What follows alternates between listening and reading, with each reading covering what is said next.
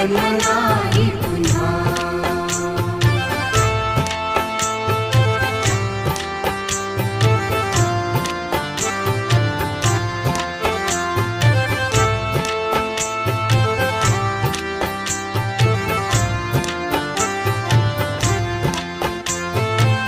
हा जन्म आहे सद्गुरु कृपेचा, हा जन्म आहे सद्गुरु कृपेचा, हा जन्म आहे सद्गुरु कृपेचा। हरि ओम स्वामी समर्थ म्हणा,